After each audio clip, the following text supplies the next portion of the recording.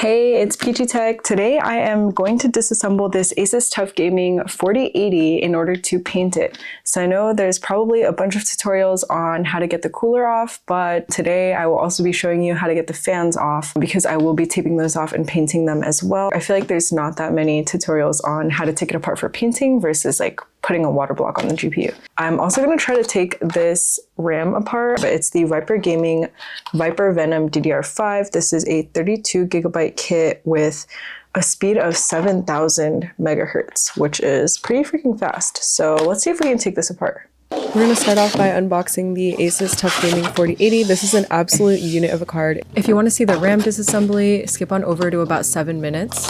I'll put the time codes down below.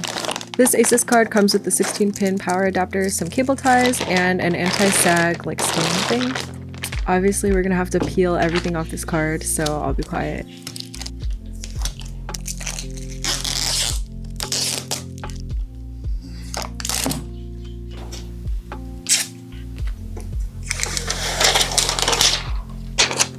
Okay, so if you're disassembling this card because you're painting it like me, this is going to be a multi-day process, so make sure you have a good place to keep your screws for several days so you don't lose any of them. So on the back plate here, there are 8 different screws and 3 types of screws. On the very right side here, these screws have these like plastic washers that kind of stick to the back plate, so I peeled it off since we're going to be painting it. We don't want to like paint over it. To get the back plate off, you're going to take off the 8 screws on this side, and then you don't have to worry about that like 4-cornered bracket that's holding the actual GPU in place right now.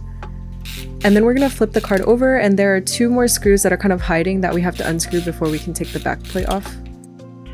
So here's the first one. It's hiding on the side of like the logo and the RGB emblem, and then we're going to flip it over, and the second screw that's hiding is going to be on the other side, the side of the actual PCIe connector.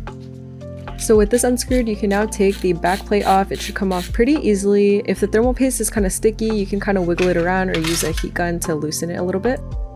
And you'll notice here, I had actually unscrewed the GPU like bracket thing, but you don't need to remove the back plate. So for just like painting the back plate and the shroud, you can leave that there. And now we're gonna unplug the RGB and the fans from the PCB really quick. The connectors have a little tab you can push down, and then you can just pull it out. And now on the HDMI and like DisplayPort connector side, there's 3 screws we need to unscrew. I'll mark them here. Apologies because my head kind of got in the way of the footage, but once that is removed, we can take the fan shroud completely off.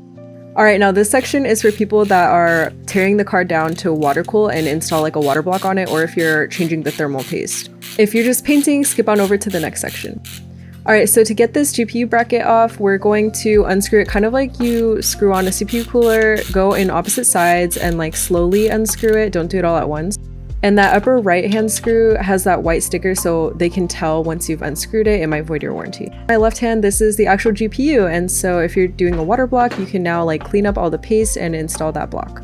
You do not need to uninstall to this part if you're just painting again, and remember, if you open this, you should reapply all the thermal paste. Alright, now we're working on the fan shroud. We've got to get this metal frame out so we can take the fans out. There are 9 of these tiny black screws holding the bulk of this metal bracket.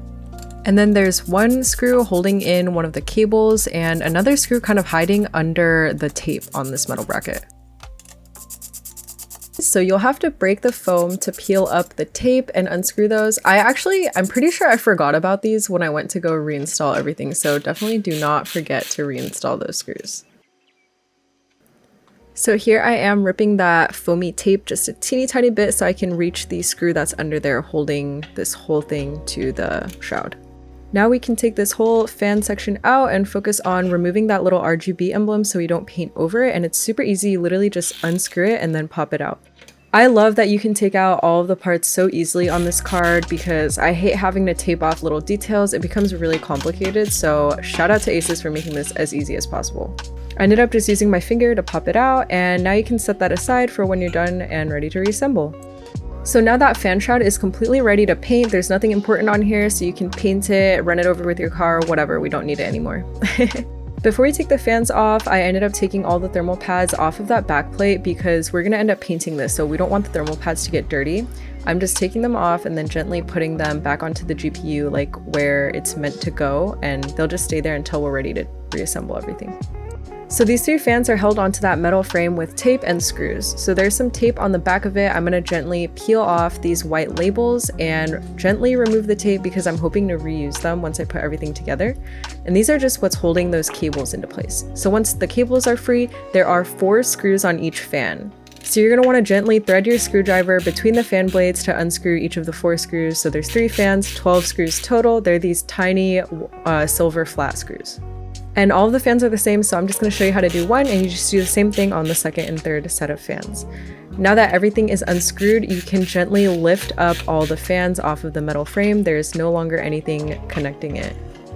Now obviously we don't want to paint over these Asus logo emblems, so we're going to remove those, and they're super easy to take off. You just need a blow dryer, or in my case a heat gun, to gently heat them up. Don't hold it on there for too long, we just want it to soften up the glue. And you guys, I feel so cool whenever I pull the back part out of my LTT screwdriver. Like, I literally feel like the guy from Jurassic Park. But we're gonna use this flat tip to gently pry it up so we can peel it off. And these are super sticky, like the glue on this is sticky. So if you put it on something, it might get stuck there. So I store them kind of upside down, making sure they don't touch anything.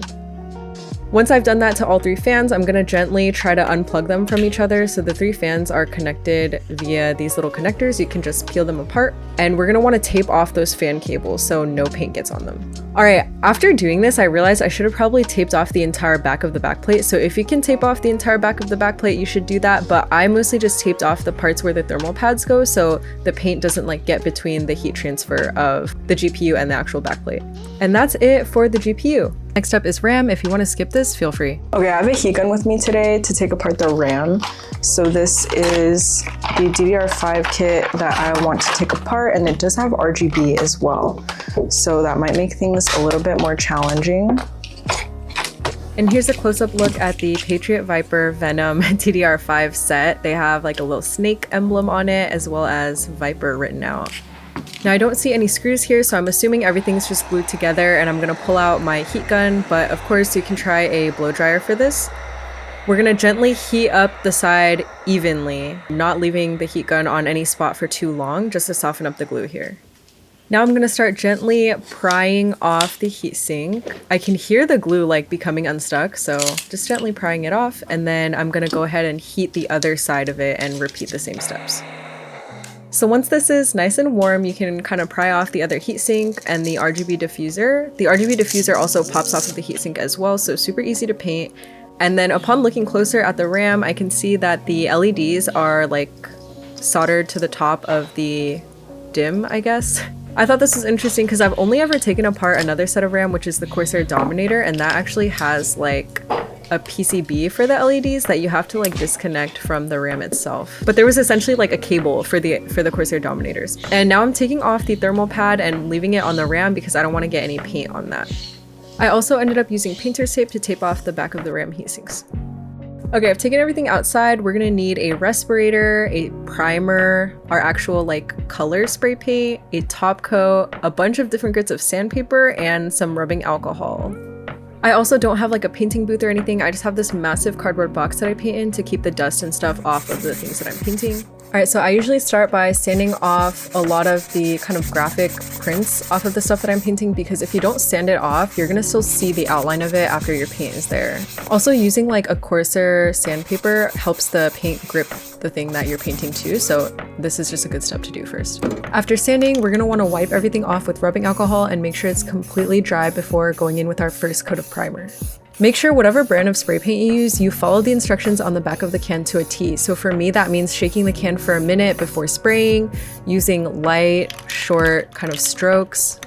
The instructions will also tell you what the dry and recoat times are. So for me, I needed to basically put a second coat before an hour passes. Otherwise, I have to wait like 48 hours. You can also wet sand between coats, but you need to wait for it to be dry to the touch. So that usually means like 45 minutes to an hour.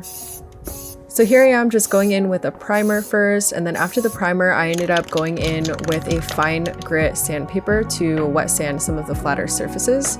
And here is the color that I ended up choosing. This is a pretty light blue color. So I used this on the GPU shroud and the backplate, and then also the RAM, and then I went in with a white to lightly coat the fans. We're gonna wanna make sure we use extremely light, even coats on the fans, or else it's gonna throw off the balance and your fans aren't gonna spin properly. A lot of people would recommend not painting your fans at all, which is definitely an option, but I wanted them to be white, so here I am painting it. Okay, remember when I said the dry and recoat times were really important? I waited over an hour to recoat this and the paint ended up wrinkling and bubbling. It actually makes me want to throw up looking at it. It looks so disgusting. Like, I hate it. So I pretty much ended up having to peel and sand that whole part off and then wait 2 days to recoat the backplate, because that's just what happens when the paint like cures at different speeds. It just starts wrinkling and bubbling. It did it a little bit, you can see on the shroud too. So I ended up sanding all of that stuff off. I left everything in the garage for 3 days to make sure it was completely cured before touching it, because I don't want to get fingerprints on it. And then finally, after 3 days, I'm ready to peel off all of the tape and put everything back together. So for this ram, I could tell which side had the thermal pad on it because it left kind of a mark on the back of the heatsink. So that's what I used to put everything back together. But the RGB diffuser works both ways, like you can flip it.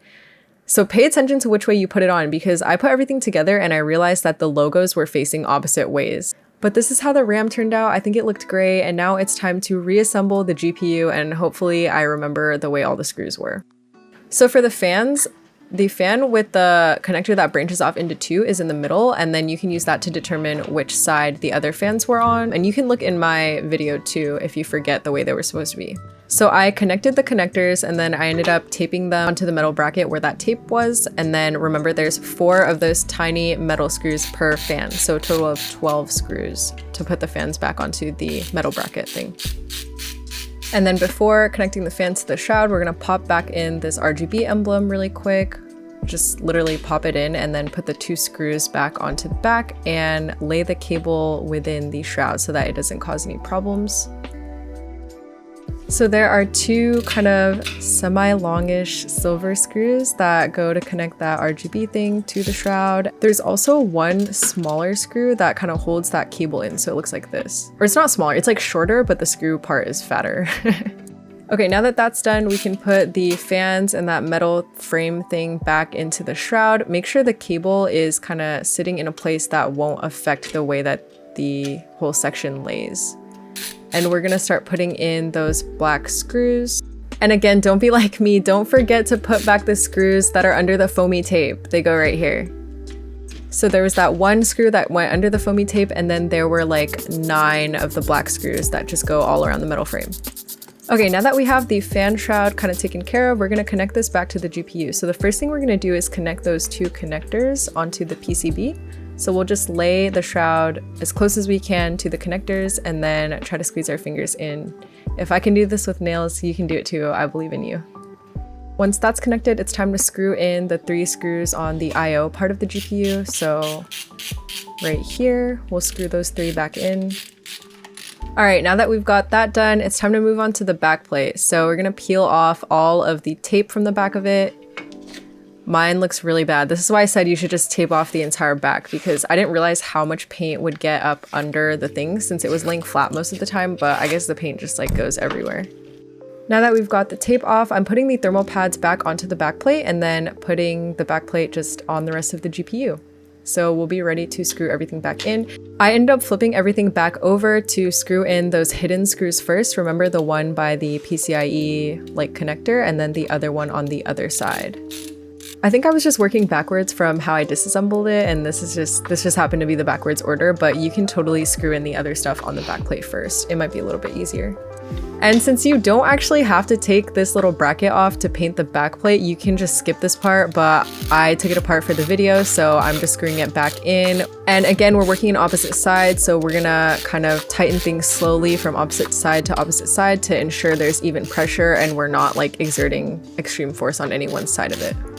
All right, so you should have 4 of these longer black screws and then 2 spring-loaded screws that will go kind of in this middle part, and then 2 of those silver screws with the plastic washers that we had to unstick, remember?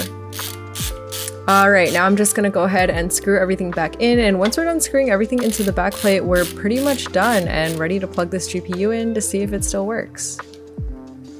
I feel like the backplate ended up turning out really good. You can barely tell that I messed up the paint at all. And then I ended up putting these little decals on the front instead of having the original fan emblem. So I just printed these out on the Cricut, and this is what the front looks like. I hope this tutorial was helpful for you guys. Let me know if you want to see more step-by-step videos like this, and here is a sneak peek of the final build, which I will also be posting to my YouTube. Will you guys be painting any of your PC components? Let me know down below, and of course be sure to like, comment, and subscribe. Thank you guys so much!